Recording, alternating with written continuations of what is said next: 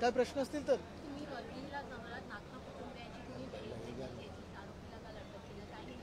आरोपीनं काल जरी अटक केली असेल, मिहीर राजेश शाह यानं अटक केली असेल काल, तरी आमची मागणी ही स्पष्ट आहे की ही केस फक्त ॲक्सिडेंट किंवा हिट अँड रन केस नाही तर मर्डर म्हणूनच बघितली पाहिजे.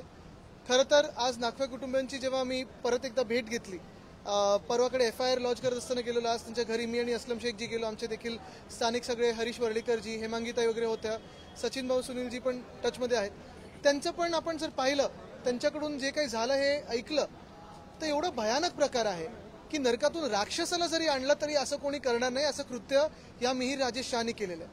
पहिला मुद्दा उपस्थित होतो की हे जर बरोबर उलट झालं असतं तर या सरकारने किती लवकर नाखवानं उचललं असतं किंवा एखाद्या अशा व्यक्तीला उचललं असतं. दुसरी गोष्ट म्हणजे 60 तास त्या मिहीर राजेश शहाला लपायला दिलं, त्याच्या गाडीवरचं जे पक्षाचं चिन्ह होतं ते काढलं, नंबर प्लेट काढली.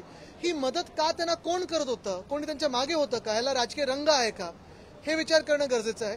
तिसरं म्हणजे आता काय होईल सुरू की एकंदर इथे बुलडोझर चालवा, तिथे बुलडोझर चालवा, रस्ता खोदा, हे सगळं होईल, पण मिहीर राजेश शाह यांच्या घरावर बुलडोझर चालण्याची हिंमत हे घटनाबाह्य खोके मुख्यमंत्री दाखवणार आहेत का, हे आम्हाला कळलं पाहिजे.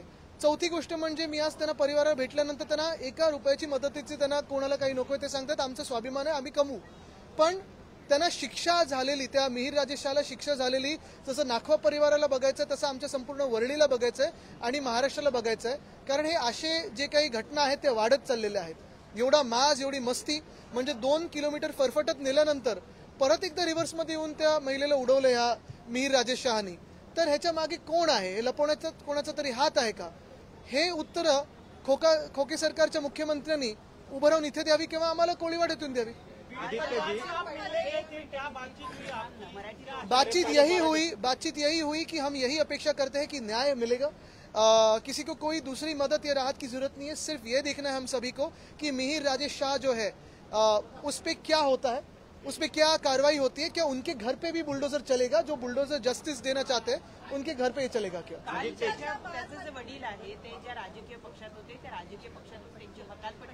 मला वाटतं जे आज पत्रक बघितलं मी त्यांची पदावरनं बाजूला केलेलं आहे, राजकीय पक्षातून हकलपट्टी झालेली नाहीये. पण कुठच्याही पक्षात असो, माझा सवाल हाच आहे, त्यांच्या घरावर बुलडोजर जाणार का.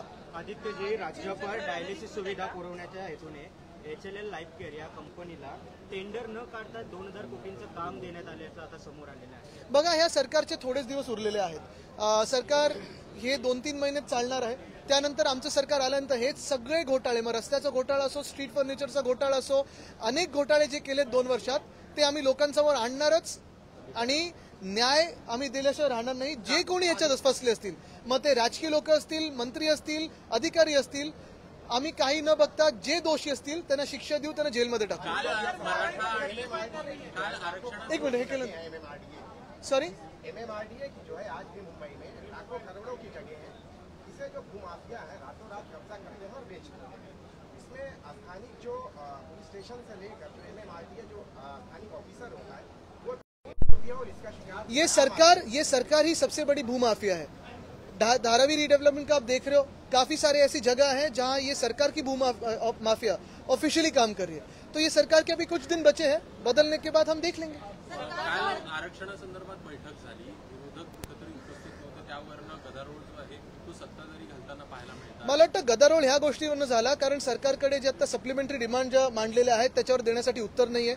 आमचा जो विरोधी पक्षाचा प्रस्ताव होता त्याच्यावर देण्यासाठी उत्तर नाहीये. आपण पाहिलं असेल, गदारोळ त्यांनी प्लॅन करून केला होता, त्या आवाजात त्यांनी त्यांचं कामकाज आहे ते निपटून टाकलं. आम्ही तर तिथे बसलेलो चर्चेसाठी. मुख्य गोष्ट ही आहे की आधीही निवडणुकापूर्वी भाजपने 2दा असे प्रस्ताव आमच्या विधानसभेत मांडले होते, आम्ही एकमताने त्याला पारित केलं होतं. विरोध कोणालाच नाही. आम्ही तर उद्धव साहेबांनी छत्रपती संभाजीनगरमध्ये देखील सांगितलं की सर्वमान्य जो तोडगा असेल, जो निर्णय असेल तो तुम्ही मांडा, आम्ही त्याला बहुमताने काय एकमताने पारित करायला इथे बसलेलो आहोत. सगळे बसलो, जी चर्चा करायची विधान भवनात करा, लपून छपून कशाला करता. आणि दुसरी गोष्ट म्हणजे आता 3ऱ्यांदा बैठक बोलवत आहे, हे सगळं फार्स आहे. सरकारला निर्णय घेता येत नाही आणि सरकारला निर्णय घ्यायचा नाहीये म्हणून असा गोंधळ आणि अशा बैठका चालू आहेत. त्यांनी लोकांसमोर जे काय भूमिका मांडावी, सामाजिक नेत्यांना बोलवावं. राजकीय पक्षांना तुम्ही आधीही 2दा बोलवलेलं आहे, आधी 2दा ह्याच विधान भवनात बरोबर निवडणुकींच्या आधी भाजपने एका विशिष्ट समाजाला फसवण्यासाठी अधिवेशन बोलवलं होतं. पण त्याचं पुढे काय झालं, मुख्य गोष्ट हीच आहे की आता बंद दाराआड बैठका घेऊन चालणार नाही. जे काही मांडायचं आहे ते लोकांसमोर मांडा. आम्ही त्याला जे योग्य तोडगा असेल तुमचे जे काही म्हणणं आहे ते लिखित द्या, बिलकुल असं नाही, म्हणते. बिलकुल नाही.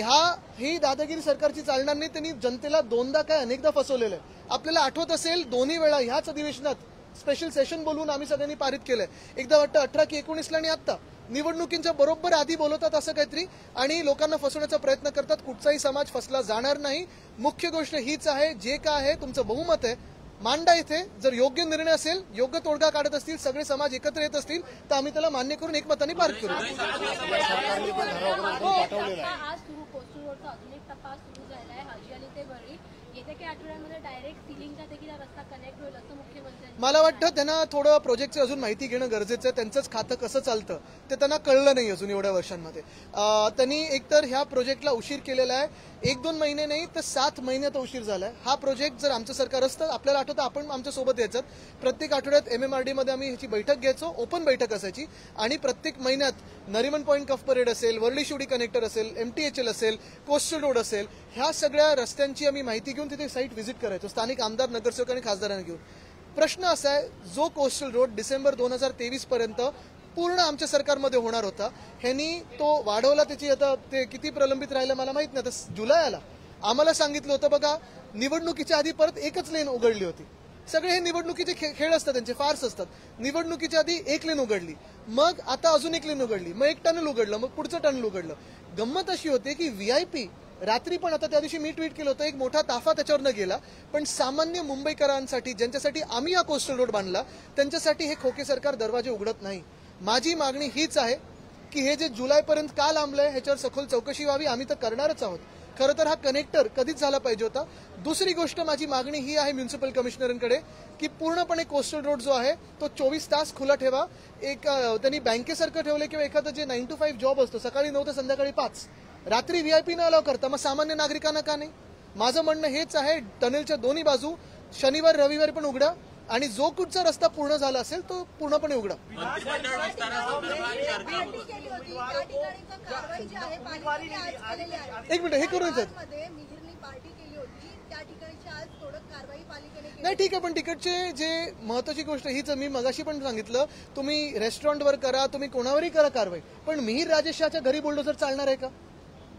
विधान परिषद चुनाव में एक भी मुस्लिम उम्मीदवारों को उम्मीदवारी नहीं दी गई, इस वजह से नुकसान हो सकता है, ऐसा समाजवादी पार्टी ने कहा. मुस्लिम मतदाता नहीं, मैंने आपसे पहले सुना है. मंत्रिमंडळ विस्तारासंदर्भात देखील चर्चा रंगताना पाहायला मिळतात. जाऊ दे, तुम्ही कोणाला चिमटा काढताय? हे बघा, आमचे याने विचारत असतात कोट कधी मिळणार. अनेक लोकांनी तिथे जॅकेट तयार ठेवलं, ते घरी बसल्यानंतर जॅकेट घालून बसतील. आता दुसरा अजून एक प्रश्न असा आहे की उदय सामंत असं म्हणतायत की OBC मधनं मराठ्यांना आरक्षण मिळावं की नाही हे किमान विरोधकांनी सांगावं. बघा, मी उद्धव साहेबांनी भूमिका स्पष्टपणे मांडलेली आहे की सर्व समाजांना न्याय मिळेल अशी भूमिका मांडा. आम्ही एकमताने पाठिंबा देऊ. आधी देखील 2दा याच विधान भवनात निवडणुकीच्या आधी भाजपने हे नाटक केलं होतं आणि नंतर तोंडावर पडलेले आहेत. समाजाला फसवण्याचा प्रयत्न केला होता. भाजप निवडणूक आली की सगळं असं करतं आणि समाजाला फसवण्याचा प्रयत्न करतं किंवा 2 समाजांमध्ये भांडणं वाढवण्याचा प्रयत्न करतं. जर पाहिलं तर जातीपातीमध्ये भांडणं, धर्मामध्ये भांडणं, त्याच्यावरच भाजप पोळी भाजतं. हे चालणार नाही. महाराष्ट्र स्वीकार करणार नाही.